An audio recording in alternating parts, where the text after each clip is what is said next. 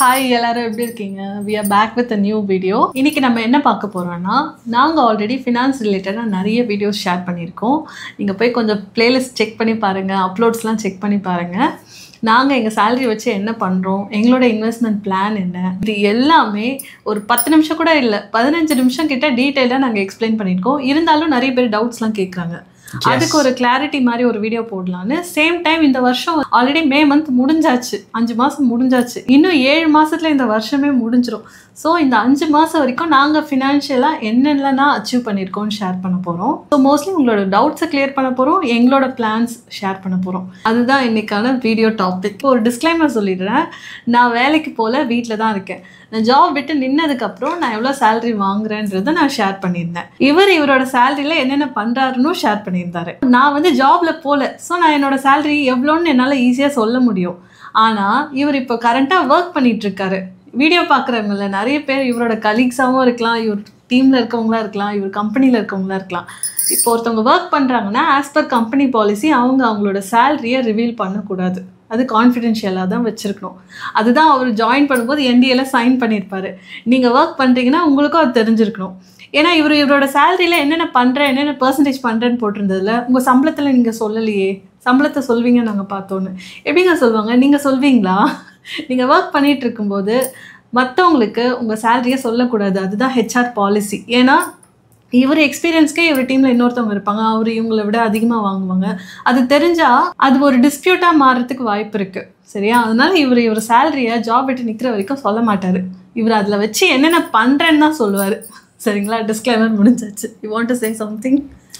S, இந்த வருஷத்தோட தொடக்கத்தில் நம்ம ஒரு வீடியோ போட்டிருந்தோம், டீட்டெயில்டு வீடியோ. இந்த வருஷத்துக்கு என்னென்னலாம் பிளான் வச்சிருக்கேன்னு சொல்லி டீட்டெயிலாக எக்ஸ்பிளைன் பண்ணியிருந்தேன். உங்களோட இன்கம் வச்சு நீங்கள் என்ன பண்ணீங்க சொல்லி நீங்களும் டீட்டெயிலாக ஒரு வீடியோ பண்ணி, லோன் இருக்குது அதெல்லாம் எவ்வளோ செலவு பண்ணுறேன் எல்லாமே சொல்லியிருந்தேன். இந்த 2 வீடியோவுமே பார்த்துட்டு நிறைய பேர் கமெண்ட் பண்ணியிருந்தீங்க. இது வரைக்கும் நம்ம அந்த வீடியோவில் சொன்ன விஷயங்கள் என்னென்னலாம் நம்ம பண்ணியிருக்கோம், குயிக்காக ஒரு ரன் த்ரூ மாதிரி கொடுத்தா நல்லாயிருக்கும்னு எனக்கு தோணுச்சு. நிறைய பேர் டவுட்ஸ் கேட்டிருந்தீங்க, ரொம்ப ஜென்யூனாக சில பேர் ஹெல்ப்லாம் கேட்டிருந்தீங்க. நீங்கள் வந்து இன்வெஸ்ட்மெண்ட் சொல்கிறீங்க, வேறு இன்ஸ்ட்ருமெண்ட் சொல்கிறீங்க, இதெல்லாம் எங்களுக்கு புரியல அப்படின்னு சொல்லி கேட்டிருந்தாங்க. யூலிப்னு இவர் ஒரு வார்த்தை சொல்லிட்டாரு அந்த வீடியோவில். யூலிப்பா அப்படியே கமெண்ட்ஸில் யூலிப்னா எனக்கு அவ்வளோ ஒரு பேட் இன்வெஸ்ட்மெண்ட்டா எல்லாரும் அப்படியே ஆயிட்டாங்க. இல்லை, அதில் எல்லா இன்வெஸ்ட்மெண்ட்ஸ்க்குமே ஒரு அட்வான்டேஜ் இருக்க மாதிரி டிஸ்அட்வான்டேஜும் இருக்குது. அதே மாதிரி தான் இந்த யூலிப்புங்கிறதும். சில பேர் இதெல்லாம் வந்து ஒரு நெகட்டிவாக சொல்லி நிறைய பேர் கமெண்ட் பண்ணியிருந்தீங்க. அதுக்கான எக்ஸ்ப்ளனேஷன் கொடுக்கணுங்கிறதுக்காக தான் இந்த வீடியோ. சேனல் ஃபர்ஸ்ட் டைம் பார்க்குறீங்கன்னா சப்ஸ்கிரைப் பண்ணுங்கள். ரொம்ப நாளாக பார்த்துட்ருக்கீங்கனாலும் சப்ஸ்கிரைப் பண்ணுங்கள். சப்ஸ்கிரைப் பண்ணிங்கன்னா தான் சேனல் க்ரோ ஆகும். நான் ஒரு வீடியோவில் சொல்லணும்னு நினைப்பேன், மறந்துடுவேன். இன்னைக்கு கரெக்டாக சொல்லிட்டேன். ஃபஸ்ட்டு அந்த வீடியோவில் நான் சொன்ன மாதிரி இந்த வருஷம் நான் இன்வெஸ்ட்மெண்ட்டை திரும்பவும் ஸ்டார்ட் பண்ண போகிறேன்னு சொல்லியிருந்தேன். ஏன்னா போன வருஷம் அதுக்கு முன்னாடிலாம் நான் செஞ்ச இந்த இன்வெஸ்ட்மெண்ட்ஸ்லாம் சில தேவைகளுக்காக நான் விற்றுட்டேன் அப்படி சொல்லியிருந்தேன். மியூச்சுவல் ஃபண்ட் யூனிட்ஸு, அப்புறம் சில ஸ்டாக்ஸு, இதெல்லாம் விற்று பணமாக எடுத்து வீடு கட்டுறதுக்கு யூஸ் பண்ணிட்டேன்னு நான் சொல்லியிருந்தேன். இப்போது இந்த வருஷத்துக்கு இப்போ வீட்டு ஒர்க் பாதி முடிஞ்சிருச்சு. இனிமேல் அதில் நான் போட வேண்டிய பணம்னு பெருசாக இல்லை. ஸோ இந்த வருஷம் அகெயின் புதுசாக நம்ம இன்வெஸ்ட்மெண்ட்டை ஸ்டார்ட் பண்ணலாம் அப்படின்னு நான் இந்த வருஷத்தோட ஸ்டார்டிங்கில் யோசிச்சிருந்தேன். என்ன இன்வெஸ்ட்மெண்ட் பண்ணணும்னு நினச்சாலும் அந்த இன்வெஸ்ட்மெண்ட் ஸ்டார்ட் பண்ணுறதுக்கு முன்னாடி சில முக்கியமான ஸ்டெப்ஸ்லாம் எடுக்கணும். அந்த ப்ரிலிமினரி ஸ்டெப்ஸ் எல்லாமே இந்த 5 மாதத்துல நான் பண்ணிட்டேன். ப்ரிலிமினரினா ஒரு இன்வெஸ்ட்மெண்ட் பண்ணுறதுக்கு முன்னாடி, இன்னும் இன்வெஸ்ட்மெண்ட் இவர் ஸ்டார்ட் பண்ணல, அதுக்கு முன்னாடி ஒரு முதல் ஸ்டெப் எடுத்திருக்காரு. எஸ். என்ன ஸ்டெப் எடுத்திருக்கீங்க? புதுசாக ஹெல்த் இன்சூரன்ஸ் நான் பே பண்ணி எடுத்திருக்கேன். உங்களுக்கு தான் ஆஃபீஸில் ஹெல்த் இன்சூரன்ஸ் இருக்கும்ல, அப்புறம் ஏன் புதுசு வாங்க? ஆஃபீஸில் கொடுத்த ஹெல்த் இன்சூரன்ஸ் வந்து 5 lakhs தான் மேக்ஸிமம் லிமிட்டு. பெரிய தேவை ஏதாவது வந்துச்சுன்னா 5 lakhs நமக்கு பத்தாது இல்லையா? அதுக்காக நம்ம ஃபேமிலிக்கே சேர்த்த மாதிரி 20 lakhs கேப் இருக்க மாதிரி ஒரு பெரிய இன்சூரன்ஸ் வாங்கியிருக்கேன். கேப்னா கேபிட்டல், அந்த ஷார்ட்டாக சொல்லுவாங்க. 20 லட்சத்துக்காக எடுத்திருக்கீங்க. எஸ், அது 20 லட்சம் மட்டும் கிடையாது, எக்ஸ்டெண்டும் பண்ணிக்கலாம். அதில் அந்த மாதிரி ஒரு பாலிசி எடுத்திருக்கேன். நான் ஆன்லைனில் நிறைய ரிசர்ச் பண்ணி தான் இந்த மெடிக்கல் இன்சூரன்ஸ் எடுத்தேன். கன்சிடர் பண்ண பாலிசிஸ் என்னென்னு பார்த்தீங்கன்னா HDFCயோட எர்கோ, அதுக்கப்புறம் விவா பூப்பான்னு ஒன்று இருக்குது, அதுக்கப்புறம் சிக்னான்னு ஒன்று இருக்குது. இந்த மாதிரி 4-5 பாலிசிஸ் கன்சிடர் பண்ணேன். அதில் எனக்கு பெட்டராக பட்டது HDFC பாலிசி, அதனால நான் அதை எடுத்திருக்கேன். எவ்வளோ பே பண்ணீங்க? சொல்லணுமா? அது சொல்லுங்கள். 3 மெம்பர் இருக்கேன் என் ஃபேமிலிக்கு. 90,000 ஃபார் 3 years. என்கிட்ட கேட்டு எடுத்தீங்களா? இந்த மாதிரி விஷயங்கள்லாம் நீங்கள் அடுத்தவங்க கிட்ட கேட்டு செய்யணும்னு நினைக்காதீங்க. இன்சூரன்ஸுங்கிறது ஒரு ஃபேமிலிக்கு ரொம்ப ரொம்ப முக்கியம். இந்த மெம்பர் ஒத்துக்குவாங்களா, அந்த மெம்பர் ஒத்துக்குவாங்களான்னு சொல்லி நீங்கள் வெயிட் பண்ணவே கூடாது. There are certain steps you have to take without considering others. அதில் ஒன்று தான் இந்த ஹெல்த் இன்சூரன்ஸ். இது ரொம்ப ரொம்ப முக்கியம். சேஃப்டி பர்பஸ்க்காக தான் எடுத்திருக்காரு. பட் அவர் என்கிட்ட டிஸ்கஸ் பண்ண 90,000 நான் கொஞ்சம் ஷாக் ஆவேன். அதனால அவர் என்கிட்ட கேட்கல. இல்லை, நான் எல்லா ஆஸ்பெக்டையும் கன்சிடர் பண்ணி இதுதான் பெஸ்ட்னு நினச்சி நான் அதை நான் எடுத்திருக்கேன். இது எமர்ஜென்சிக்காக எடுத்ததுனால இது கண்டிப்பாக தேவை தான். I agree. அடுத்து வேற என்ன இன்வெஸ்ட்மெண்ட்? அடுத்தது டேர்ம் இன்சூரன்ஸ் எடுத்திருக்கேன்.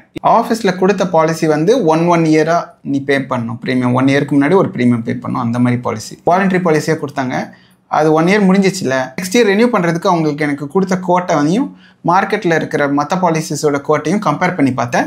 எனக்கு எது பெஸ்ட்டுன்னு பட்டுதுன்னா வெளியே எடுக்கிற பாலிசி பெஸ்ட்டுன்னு பட்டுச்சு. ஏன்னா ஒரு கம்பெனியில் வேலை செஞ்சோன்னா நம்ம அந்த கம்பெனி விட்டு வெளியே வரும்போது அந்த பாலிசி வந்து வாய்ட் ஆகிடும், முடிஞ்சு போயிடும். அதனால் நம்ம வெளியே வந்ததுக்கப்புறம் இமீடியட்டாக ஒரு நீடுனா நம்மளால் அதை யூஸ் பண்ணிக்க முடியாது. ஸோ நான் வந்து வெளியே எடுக்கிறது தான் சேஃப்டி சொல்லிட்டு வெளியே இருந்து அப்ளை பண்ணி எடுத்துட்டேன். இந்த டேர்ம் இன்சூரன்ஸ் எடுக்கிறதுக்காக நான் நிறைய கம்பெனிஸ் கன்சிடர் பண்ணேன். For example HDFC, axis maths, அதுக்கப்புறம் HSBC, ஈவன் LIC கூட கம்பேர் பண்ணேன். 4-5 பாலிசிஸ் கம்பேர் பண்ணி எது பெஸ்ட்டாக எனக்கு பட்டுச்சோ அதை நான் எடுத்துட்டேன். எவ்வளோ பே பண்ணீங்க? இது வந்து 1 இயர்க்காக நான் முன்னாடி பே பண்ணி எடுத்திருக்கேன். அரௌண்ட் 60,000 ஆச்சு. ஸோ இப்போ ரெனியூ பண்ணீங்க இல்லையா, அதுக்கு எவ்வளோ ஆச்சு? 63,000 பர் இயர்க்காக எடுத்திருக்கேன். அது 63,000 கிடையாது, 63,900. ஸோ இது 64,000. அது எஸ், 64,000 பே பண்ணியிருக்கேன். இது ஒரு வருஷத்துக்கான ப்ரீமியம். நெக்ஸ்ட் இயரும் 64,000 பே. 1 இயர் முடிஞ்சதுக்கப்புறம் இதே மாதிரி அவங்க இது கொடுப்பாங்க. அப்போ நம்ம இந்த டேர்ம் இன்சூரன்ஸ் காசுலாம் திரும்ப வருமா? இல்லை, டேர்ம் இன்சூரன்ஸுங்கிறது திரும்ப வர்றதுக்கான இன்வெஸ்ட்மெண்ட் கிடையாதுங்க. இது வந்து எமர்ஜென்சிக்காக நம்ம கொடுத்து வைக்கிற காசு.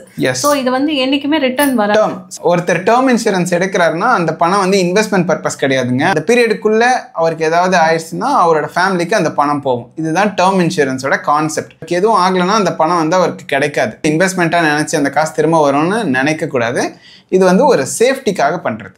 ஸோ இந்த பாலிசியும் நான் எடுத்திருக்கேன். ஸோ இது 2வது முக்கியமான மைல்ஸ்டோன் இந்த வருஷத்தில் நான் செஞ்சது. 3வது முக்கியமான மைல்ஸ்டோன் வந்து பாக்கெட்டில் எனக்கு எமர்ஜென்சி ஃபண்டுன்னு ஒன்று கிடையாது. ஸோ நான் அதை ரெடி பண்ணணும்னு நான் சொல்லியிருந்தேன். Some people say like 20 times of your annual salary உங்களோட எமர்ஜென்சி ஃபண்டாக இருக்கணும்னு சொல்லி எப்படிங்க எடுத்து வைக்க முடியும்? 20 times of your annual salary இருந்தால் நான் ஒன்றும் வேலைக்கே போக மாட்டேன். எப்படிங்க? இல்லை, ரியாலிட்டின்னு ஒன்று இருக்கு. இல்லை, எடுத்து வைனா அப்படியே எடுத்து வைக்கிறது இல்லை, சேர்த்து வைன்னு அர்த்தம். ஸோ அதுக்கான நிறைய ஃபினான்ஸ் சேனல்லாம் பார்த்துருப்பேன். நீங்கள் வந்து 6 months of your salary emergency ஃபண்டாக எடுத்து வைக்கணும்னு சொல்கிறாங்க. காசு இல்லைன்னு தானே வேலைக்கே போகிறாங்க. அவங்க எப்படி 6 மாத சம்பளத்தை எடுத்து வைக்க முடியும்? அவங்களுக்கு அப்போ வந்து யாராவது ஃப்ரீயாக வேணால் ஸ்பான்சர் பண்ணுவாங்க. அவங்களுக்கு ஃபுட்டு, லைஃப் ஸ்டைல், ஷெல்டர் எல்லாமே வந்து அவங்க ஃப்ரீயாக ஸ்பான்சர் பண்ணுறவங்க எடுத்து வைக்கலாம். அப்படியும் நான் நிறைய பேரை பார்த்துருக்கேன். அவங்க பேரண்ட்ஸ்லாம் ஒர்க் பண்ணுவாங்க, இவங்க சேலரி அப்படியே போய் அக்கௌண்ட்டில் சேவ் ஆகும். ஒருத்தவங்க வீட்டில் செலவு நிறைய இருக்குது. குடிக்கிற தண்ணியிலேருந்து கரண்ட்லேருந்து எல்லாத்துக்கும் செலவு போக தான் ஒருத்தவங்களால சேர்த்தே வைக்க முடியும். ஸோ 6 months எமர்ஜென்சி ஃபண்டு எப்படி எடுத்து வைக்க முடியும்? ஆனால் நீங்களும் ஆசைப்பட்டிருக்கீங்க 6 மாதம். 20 times சொன்னாங்க. அவ்வளோ என்னால் இப்போதைக்கு முடியாது. அது நான் அவங்ககிட்ட கொஞ்சம் பேசணும், நேரில் பார்க்கணும். ஃபினான்ஷியல் எக்ஸ்பர்ட்ஸ்லாம் சொல்கிறாங்க, அவங்கள நேரில் போய் பார்க்கணும். உண்மையிலேயே அவங்க வீட்டில் யார் அவங்க வீட்டு செலவெல்லாம் பார்த்துக்கிறான்னு நான் போய் பார்க்கணும். பால் காசு, தயிர் காசுலேருந்து எல்லாமே அவங்க கேஸ் செலவு பண்ணுறாங்கன்னு எப்படி முடியும்? எனக்கு தெரியலப்பா. நீங்கள் வந்து 20 times ஆனுவல் சேலரியை எமர்ஜென்சி ஃபண்டை யாராவது எடுத்து வச்சுருக்கீங்கன்னா அந்த ப்ராசஸை எனக்கு சொல்லுங்கள், நானும் கற்றுக்குறேன். இல்லை, சிம்பிள். 20 times முடியாது, அட்லீஸ்ட் 10 times ஒரு வருஷத்துக்கு.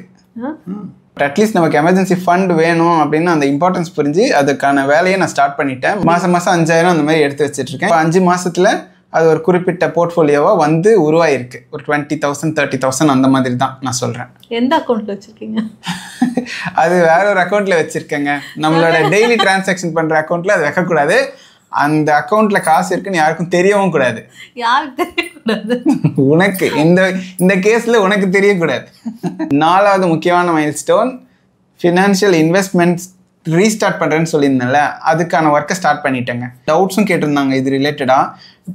மியூச்சுவல் ஃபண்டில் இன்வெஸ்ட் பண்ணணும்னு நீங்கள் சொல்கிறீங்க, அது எப்படின்னு கொஞ்சம் டீட்டெயிலாக சொல்லுங்கன்னு சொல்லி கேட்குறாங்க. நான் வந்து ஃபினான்ஷியல் எக்ஸ்பர்ட் கிடையாது, எனக்கான அட்வைஸ்லாம் என்னால் கொடுக்க முடியாது. ஏன்னா நான் I'm not qualified and it's not legal also. நான் உங்களுக்கு என்ன பண்ணலான்னு மட்டும் கைட் பண்ணுறேன். புரியாதவங்க நிறைய பேருக்கு சொல்லிடுறேன். மியூச்சுவல் ஃபண்டுன்ற ஒரு இன்வெஸ்ட்மெண்ட் பிளாட்ஃபார்ம் பற்றி, அதில் எப்படி காசு போடணுன்றது சாதாரண மக்களால் சொல்லக்கூடாது. அதுக்குன்னு குவாலிஃபை ஆகிருக்கணும். அவங்க நல்லா அதுக்குன்னு படித்தவங்க சொல்கிறது தான் வேலிட். மற்றவங்க சொன்னாங்கன்னா அது இல்லீகல் கணக்காயிடும். ஒரு காமன் மேனான எக்ஸ்பீரியன்ஸை சொல்வாரே தவிர. நீங்கள் வந்து மியூச்சுவல் ஃபண்டில் இன்வெஸ்ட் பண்ணணும்னு நினச்சிங்கன்னா நீங்கள் எந்த பேங்க்கில் அக்கௌண்ட் வச்சுருக்கீங்களோ அதே பேங்க்குக்கு போய்ட்டு எனக்கு வந்து ட்ரேடிங் அக்கௌண்ட், டிமேட் அக்கௌண்ட் இதெல்லாம் ஓப்பன் பண்ணணும், உங்கள் பேங்க்கில் அந்த ஃபெசிலிட்டி இருக்கான்னு கேட்டு பாருங்கள். நீங்கள் கேட்டீங்கன்னாவே அவங்களே சொல்லுவாங்க. மோஸ்ட் ஆஃப் த பேங்க்ஸில் வந்து இதுக்கான ஆப்ஷன்ஸ் வச்சுருக்காங்க. ஆனால் அந்த பேங்க்லேயே ஒருத்தவங்க இருப்பாங்க நம்மளை வேற ஒரு காசு போட வைக்கிறது. உங்ககிட்ட காசு இருக்கான்னு நினச்சி உங்களை வேறு ஏதாவது பாலிசி விற்றுருவாங்க. அப்படி மட்டும் மாட்டிக்காதீங்க. ஸ்டெடியாக நானாக பார்த்து ஃபண்ட்ஸ் வாங்குவேன், நானாக பார்த்து ஸ்டாக்ஸ் வாங்குவேன், ஸோ எனக்கான அக்கௌண்ட் மட்டும் நீங்கள் ஓப்பன் பண்ணி கொடுங்க சொல்லி போய் கேளுங்க. ஏன்னா அவங்க ஆல்ரெடி அங்கே ஒரு ரெப்ரசன்டேட்டிவ் வச்சுருப்பாங்க. டெய்லி அங்கே என்கொயரி பண்ண வரவங்கள கன்வெர்ட் பண்ணி அவங்களோட பாலிசி பர்ச்சேஸ் பண்ண வைக்கிறதுக்கு. அது உங்களுக்கே தெரியாமல் தான் நீங்கள் அந்த பாலிசி வாங்குவீங்க. ஸோ நீங்கள் வந்து ஃபஸ்ட்டு போயிட்டு ஒரு அக்கௌண்ட், டிமேட் அக்கௌண்ட் இல்லை ட்ரேடிங் அக்கௌண்ட் ஓப்பன் பண்ணுறது மட்டும்தான் உங்களோட வேலையாக இருக்கணும். மற்ற பாலிசி அதில் என்னென்ன ஸ்கீம் எடுக்கிறோன்றது உங்களோட முடிவாக தான் இருக்கணும். எஸ், நீங்களே ரிசர்ச் பண்ணி நீங்களே முடிவு பண்ணணும் என்ன வாங்கணுங்கிறத. இல்லைனா மியூச்சுவல் ஃபண்ட்ஸ் பற்றி சொல்கிற எக்ஸ்பர்ட்ஸ் இருப்பாங்க இல்லையா, அவங்களோட இன்புட்ஸ் எல்லாம் நீங்கள் கேட்டுட்டு நீங்கள் முடிவு எடுக்கலாம். தெரியாதவங்களுக்கு கொஞ்சம் தெரிஞ்சிருக்கு, நான் ஸ்டூடெண்ட்டு, நான் இப்போ காலேஜ் முடிச்சிருக்கேன், இப்போ புது கம்பெனியில் ஜாயின் பண்ணியிருக்கேன் அப்படிங்கிறவங்க கொஞ்சம் அவேர்னஸ் இருக்கும். தேவையில்லாத லிங்க்லாம் கிளிக் பண்ண மாட்டாங்கல்ல, தேவையில்லாத ஆப்லாம் டவுன்லோட் பண்ணி ஏமாற மாட்டாங்க. அப்படிப்பட்டவங்க வந்து என்ன பண்ணலான்னா, இன்வெஸ்ட்மெண்ட்ஸ்க்கு ப்ரோக்கிங் ஆப்ஸ் நிறைய இருக்குது. ஃபார் எக்ஸாம்பிள் ஜெரோதா, அந்த ஆப்பை நீங்கள் வந்து டவுன்லோட் பண்ணிவிட்டு நீங்கள் ரெஜிஸ்டர் பண்ணி அப்ளிகேஷன் ப்ராசஸை ஸ்டார்ட் பண்ணும்போதே அதிலே வந்து உங்களுக்கு ஆப்ஷன்ஸ்லாம் கேட்கும். நீங்கள் ஸ்டாக் வாங்க போகிறீங்களா, மியூச்சுவல் ஃபண்ட்ஸ் வாங்க போகிறீங்களா, இல்லை கமாடிட்டி ட்ரேடிங் பண்ண போகிறீங்களா, எந்த பர்பஸ்க்காக நீங்கள் அக்கௌண்ட் ஓப்பன் பண்ணுறீங்கன்னு கேட்கும். ஸோ அதெல்லாம் நீங்கள் கரெக்டாக செலக்ட் பண்ணி நீங்கள் ரெஜிஸ்டர் ப்ராசஸ் ஸ்டார்ட் பண்ணிங்கனாவே ஒரு கஸ்டமர் எக்ஸிக்யூட்டிவ் வந்து உங்களுக்கு கால் பண்ணி உங்களுக்கு அந்த அக்கௌண்ட்டை ஓப்பன் பண்ணி கொடுப்பாங்க. ஜெரோதாங்கிற அந்த புரோக்கர் ஆப்பை வச்சு நீங்கள் ஃபண்ட்ஸும் வாங்கிக்கலாம். உங்களுக்கு என்னென்னலாம் பண்ணணும்னு நினைக்கிறீங்களோ அதெல்லாம் பண்ணலாம். நான் வந்து ஜெரோதாவில் தான் அக்கௌண்ட் வச்சுருக்கேன். அந்த அக்கௌண்ட்லேருந்து நான் என்னென்ன பண்ணுறேன்னா, காயின்கிற ஆப் மூலமாக மியூச்சுவல் ஃபண்ட்ஸ் வந்து பர்ச்சேஸ் பண்ணுறேன். இப்போ இவர் என்ன பண்ணிட்டு இருக்காருன்றது தான் சொல்கிறாரு. நீங்கள் என்னென்ன பண்ணலான்னு தான் சொல்கிறாரு. நீங்கள் ஒரு விஷயம் இனிஷியேட் பண்ணும்போது அதில் நிறைய நாலேஜ் கெயின் பண்ணிட்டு தான் உங்கள் பணத்தை அதில் நீங்கள் இன்வெஸ்ட் பண்ணணும். சரிங்களா? இவர் சொன்னாருன்றது ப்ராசஸ்ஸு. அதில் எந்த காசு போடணுன்றதை கற்றுக்கிட்டு தான் போடணும். நீங்கள் தான் முடிவு செய்யணும். முடிவு பண்ணுறதுக்கு முன்னாடி கற்றுக்கணும், அதுக்கப்புறம் தான் நீங்கள் முடிவு பண்ணி போகணும். சரியா? நான் தான் இந்த வீடியோ எடிட் பண்ணுறேன். ஸோ அதனால் இவர் சொல்கிறத ஃபுல்லாக பின்னாடி பேக்ரவுண்டில் அனிமேஷன்லாம் போட முடியாது. நாங்கள் ஓரளவு சொல்கிறத ஃபுல்லாக பாஸ் பண்ணி கூட நீங்கள் கூகுளில் சர்ச் பண்ணி நீங்கள் வீடியோ ரொம்ப தெளிவாக தான் நாங்கள் எக்ஸ்பிளைன் பண்ணுறோம். நீங்கள் அதை ஃபுல்லாக சர்ச் பண்ணி அதை அனலைஸ் பண்ணிங்கன்னா போதும். சரிங்களா? போன வருஷம் ஸ்டாக் பண்ணி வச்சுருந்த மியூச்சுவல் ஃபண்ட்ஸில் இன்வெஸ்ட்மெண்ட்டு திரும்பவும் நான் ஸ்டார்ட் பண்ணியிருக்கேன். கடந்த 5 மாதமாக ஆல்மோஸ்ட் ஒரு 30,000 பக்கம் நான் இன்வெஸ்ட் பண்ணியிருக்கேன். நான் என்னென்ன ஃபண்ட்ஸ் வாங்குறேன் அப்படின்னு பார்த்தீங்கன்னா, வெறும் இண்டெக்ஸ் ஃபண்ட்ஸ் மட்டும்தாங்க வாங்குறேன். இப்போ மியூச்சுவல் ஃபண்ட்ஸே அவங்களுக்கு வந்து இப்போ தான் புரியுது. ஐ மீன் புதுசாக பார்க்குறவங்களுக்கு, ஆல்ரெடி பார்க்குறவங்களுக்கு இவர் சொல்கிறத ரிலேட் பண்ணுவீங்க. புதுசாக பார்க்குறவங்களுக்கு மியூச்சுவல் ஃபண்ட்ஸுன்றது ட்ரேடிங் அக்கௌண்ட்டை ஓப்பன் பண்ணிவிட்டு அதில் போயிட்டு இண்டெக்ஸ் ஃபண்ட்ஸ், அதாவது டாப் 500 கம்பெனிஸில் மட்டும் சேஃபான கம்பெனிஸில் தான் காசை போட்டு வச்சுருக்காரு. அங்கே வந்து ரிஸ்க் இருக்காதுன்னு. இன்வெஸ்ட்மெண்ட் பொறுத்த வரைக்கும் நம்ம ஒரு கம்பெனியை நம்பி நம்மளோட அமௌண்ட்டெல்லாம் போட்டு வைக்கிறோம்னா அது ரெட்டிப்பாகணும். அடுத்த வருஷம் ரெட்டிப்பாகணும்னா அந்த கம்பெனி நல்ல கம்பெனிங்களாக இருக்கணும். அதிகப்படியான நல்லா பர்ஃபார்ம் பண்ணுற 500 கம்பெனி பேரில் தான் இவருக்கு அமௌண்ட் எல்லாம் இன்வெஸ்ட் பண்ணுற ஃபண்ட்ஸ். இதுதான் இந்த இண்டெக்ஸ் கம்பெனிஸ்ன்னு இவர் மீன் பண்ணுறது. சரிங்களா? 5 மாதத்துக்கு முன்னாடி நம்ம போட்ட வீடியோலேயே நான் சொல்லியிருக்கேன். இது இல்லாமல் என்கிட்ட இருக்கிற இன்வெஸ்ட்மெண்ட்ஸ் என்னென்னு சொல்லிட்டு, NPS national pension scheme money invest பண்ணி வச்சுருக்கேன். அதுக்கப்புறம் ஆஃபீஸ்லேருந்து கட் பண்ணுற PF EPF employee provident fund இதுலேயும் நான் வந்து இன்வெஸ்ட் பண்ணியிருக்கேன். அதுக்கப்புறம் யூலிப் அப்படிங்கிற ஒரு ப்ராடக்ட் வாங்கி அதுலேயும் நான் இன்வெஸ்ட் பண்ணியிருக்கேன். அது ரிலேட்டடாக தான் நிறைய பேர் வந்து நெகட்டிவ் கமெண்ட்ஸ் சொல்லியிருந்தீங்க. யூலிப் வந்து பேடுன்னு சொல்லியிருந்தீங்க. அது பேடுன்னு தாங்க நானும் அந்த வீடியோவில் சொல்லியிருக்கேன். அது வந்து ரொம்ப பாசிட்டிவான ஒரு இன்வெஸ்ட்மெண்ட் கிடையாது. அதை நானும் அக்செப்ட் பண்ணி தான் அந்த வீடியோவில் சொல்லியிருந்தேன். நான் வந்து யூலிப்பை ப்ரமோட் பண்ணல. நாங்கள் என்ன பண்ணோம் அது பேடுன்னு தான் சொல்கிறோம். சரிங்களா? நாங்கள் பேடுன்னு சொல்கிறது ஏன் ஷேர் பண்ணுறோன்னா நீங்கள் பண்ணக்கூடாதுன்றதுக்கு தான். நீங்கள் வந்து எதுவும் பேட், ஆமாம் மேட்சிங் சொல்லிட்டு போகிறதுக்கு ஒன்றுமே இல்லை. சில பேர் பேட் சொல்லுவாங்க, சில பேர் குட் சொல்லுவாங்க. அது வந்து ஒரு லேர்னிங் தான் எங்களுக்கு பொறுத்த வரைக்கும் அந்த இன்வெஸ்ட்மெண்ட்டு. ஸோ அது மட்டும் நான் வச்சுருக்கேன். உங்களுக்கு தெரிஞ்ச மாதிரி ரியல் எஸ்டேட். இவரோட 3rd ப்ராப்பர்ட்டி அப்டேட் வந்து அடுத்தடுத்த வீடியோவில் நாங்கள் ஷேர் பண்ணுறோம். அந்த வீடு வந்து இப்போ 2nd வீடு நாங்கள் கட்டணும் இல்லையா, அதுக்கு முன்னாடியே அந்த வீட்டுக்கு பூஜைலாம் பண்ணியாச்சு. ஹோம் லோன் எடுத்துகிட்டு ரொம்ப ட்ராகிங்காக இருக்குங்க அந்த ப்ராசஸ். நான் அதை பற்றி அடுத்தடுத்த வீடியோவில் உங்களுக்கு ஷேர் பண்ணுறேன். நீங்கள் சேனல் சப்ஸ்கிரைப் பண்ணி வச்சுக்கோங்க. அப்போ தான் உங்களுக்கு தெரியும் நாங்கள் போடுற வீடியோஸ்லாம்.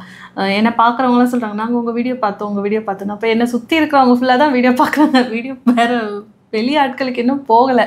ஸோ நீங்கள் சப்ஸ்கிரைப் பண்ணி லைக் பண்ணாதான் அந்த வீடியோ வந்து மற்றவங்களுக்கு அது ஷேர் பண்ணும் யூடியூப். உங்களோட தாட்ஸையும் கமெண்ட்டில் ஷேர் பண்ணுங்கள். இந்த வீடியோவில் ஏதோ பிடிச்சிருக்கு ஏதோ பிடிக்கலன்னா கமெண்ட்டில் சொல்லுங்கள். அது நம்ம சேனலுக்கு ரொம்ப யூஸ்ஃபுல்லாக இருக்கும். மெயிலும் அனுப்பி கேட்குறாங்க, நாங்கள் வந்து எந்த இன்வெஸ்ட்மெண்ட்டும் பண்ணல, பட் எங்ககிட்ட சேவிங்ஸ் இருக்குது அப்படின்னு சொல்கிறாங்க. ரொம்ப நல்ல விஷயம். உங்கள் காசு செலவு பண்ணாமல் நீங்கள் எடுத்து வைக்கிறதே ஃபஸ்ட்டு சேவிங்ஸு. செலவு பண்ணிட்டீங்கன்னா அந்த காசு திரும்ப கிடைக்கிறது கஷ்டம். நீங்கள் சேவ் பண்ணிகிட்டே இருங்க. ஒரு நல்ல இன்வெஸ்ட்மெண்ட் ப்ராசஸை கற்றுக்கிட்டு அதில் அந்த காசெல்லாம் சேமிச்சு வைங்க.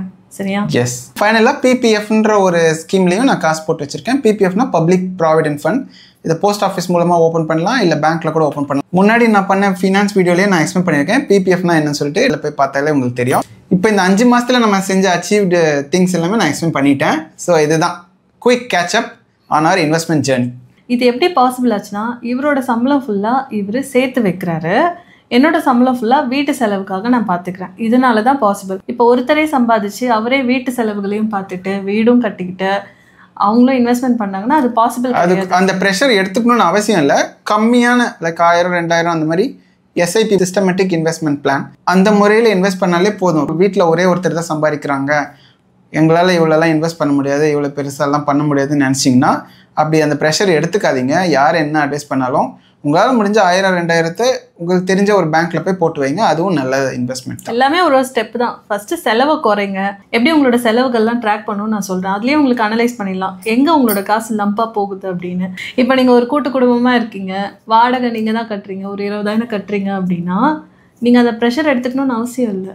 உங்கள் வீட்டில் கூட தங்கியிருக்கவங்களையும் அந்த செலவை ஏற்றுக்க சொல்லலாம். என்னோட வீடியோலலாம் பார்த்துட்டு நிறைய பேர் நல்லா இருக்குன்னு சொல்றாங்க. ஒரு சில பேர் வந்து நான் ரூடா இருக்கேன் அப்படின்னு சொல்றாங்க. ஃபேமிலி மெம்பர்ஸ் மேல நீ கொஞ்சம் ரூடா கமெண்ட் பண்றேன்னு சொல்றாங்க. அந்த மாதிரி கிடையாதுங்க. ரியாலிட்டியை தான் சொல்றேன். எல்லா பர்டனையும் ஒருத்தவங்களே தாங்கிக்கிட்டாங்கன்னு வச்சுக்கோங்களேன், அந்த நன்றி யாருக்கும் இருக்காது. இன்னார சொல்றேன் அன்னார சொல்றேன்லாம் இல்லை, பொதுவாக சொல்கிறேன். ஒருத்தவங்க தலையிலேயே எல்லா ப்ரெஷரும் கொடுத்துட்டாங்கன்னா அவங்களோட லைஃப் அவங்களால வாழ முடியாது. மற்றவங்களும் வந்து மற்றவங்க அதை ரெக்கக்னைஸ் பண்ணுவாங்களான்னா இன்னைக்கு 2025 அது பாசிபிள் இல்லை. கேஷுவலாக தான் சொல்கிறேன், அது ரூடாக இருக்குது. அப்போ வந்து பேரண்ட்ஸ்லாம் மோசமாக அப்படி இப்படின்னு என்னை திட்டி கமெண்ட் பண்ணியிருந்தாங்க. அப்படிலாம் நான் மீன் பண்ணல. பேரண்ட்ஸ் எப்போவுமே குழந்தைங்க நல்லா இருக்கணும்னு தான் நினைப்பாங்க. எல்லா பேரண்ட்ஸும் அப்படி தான் நினைப்பாங்க. ஒரு சில பேரண்ட்ஸு சப்போர்ட் பண்ண மாட்டாங்க. அதை நம்ம நியூஸ்லேயே பார்க்கலாமே, பேரண்ட்ஸ்குள்ள சண்டை வருதுன்னு சொல்லிட்டு. இந்த சண்டையெல்லாம் ஸ்டார்டிங்லேயே ஸ்டாப் பண்ணணும்னா இந்த எப்படி சொல்கிறதுன்னு எனக்கும் தெரியல. எக்ஸ்பெக்டேஷன் செட் பண்ணணும். என்னால் இவ்வளோ தான் கான்ட்ரிபியூட் பண்ண முடியும், இதுக்கு மேலே என்னோட ஃபேமிலி என்னோட சந்ததிக்கு தான் நான் செலவு பண்ண முடியும். நீங்கள் எக்ஸ்பெக்டேஷன் செட் பண்ணணும். இதை பற்றி நம்ம இன்னும் கூட நிறைய டீட்டெயிலாக ஃபியூச்சரில் பேசலாம். பார்த்து ஒரு வீடியோவில் ஆனந்த் ஸ்ரீனிவாசன் அவரே சொல்லியிருந்தாரு, பையன் புதுசாக வேலைக்கு போகிறான்னா பேரண்ட்ஸ் வந்து மற்ற பர்டனையும் அவங்க மேலே வைக்கக்கூடாது. அந்த பையனை வந்து சம்பாதிக்கிற காசை அவனை இன்வெஸ்ட் பண்ணுறதுக்கும் அலோவ் பண்ணணும். எல்லா பர்டனையும் ஏர்ன் பண்ணுறவங்க மேலே வைக்கக்கூடாதுன்னு சொன்னாங்க. எனக்கு நியாயமாக பட்டது. அதை தான் இவங்க மீன் பண்ணாங்க. என்ன ஒருத்தர் கமெண்ட் பண்ணியிருந்தாரு, உங்களை நான் என்னமோ நினச்சேன், வீடியோ எண்டில் எப்படி பேசிட்டீங்க அப்படின்னு. இல்லை இல்லை அப்படிலாம் கிடையாது. பல அனுபவம் கழிச்சு தான் நான் சொல்கிறது. சரி, இவரோட இன்வெஸ்ட்மெண்ட் என்னென்ன பண்ணலன்னு சொன்னார். நான் என்ன பண்ணேன்னா என்னோட பிஎஃப் அமௌண்ட்டை வந்து ஃபுல்லாக விட்ரா பண்ணிட்டேன். நான் இனிமேல் ஒர்க் பண்ண மாட்டேன்னு சொல்லிட்டு எனக்கு ஒரு 1.5 லட்ச ரூபாய் வந்தது. அப்படியே எடுத்து என் பையனோட ஸ்கூல் ஃபீஸ் பே பண்ணிட்டோம். ஸோ நான் நிறைய பிளான் வச்சுருந்தேன், இந்த வருஷம் வந்து ஒரு பார்ட் பேமெண்ட் பண்ணணும் அப்படின்னு சொல்லிட்டு. இவங்களுக்கு வந்த மணியும் சிலதெல்லாம் நான் வாங்கியிருக்கேன். அதெல்லாம் நான் கொஞ்சம் கொஞ்சமாக இனிமேல் தான் செட்டில் பண்ணணும். நான் அதெல்லாம் எதிர்பார்க்கல. இவர் தான் ஒரு கணக்கு வச்சிருப்பேன், நான் உனக்கு இவ்வளோ தரணும்ல அப்படின்னு. சும்மா அதெல்லாம் இந்த ஹஸ்பண்ட்லாம் ஒய்ஃபுங்கிட்ட காசு வாங்கும்போது உரிமையாக இருப்பாங்க. அது நீங்கள் தரணும் கணக்கு வச்சுக்கணும்னு அவசியமே இல்லை. ஆனால் அடிக்கடி வந்து நான் உனக்கு இவ்வளோ தரணும்லாம் கொடுத்துட்றேன். என்ன பேங்க் நான் வந்து அடிக்கடி கொடுத்துறேன்னு. ஃபேமிலினா ஓகே தான், அதில் என்ன கணக்கு.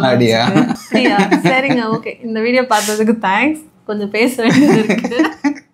நாளைக்கு அடுத்த வீடியோ வந்து பார்க்குறோம். பாய்.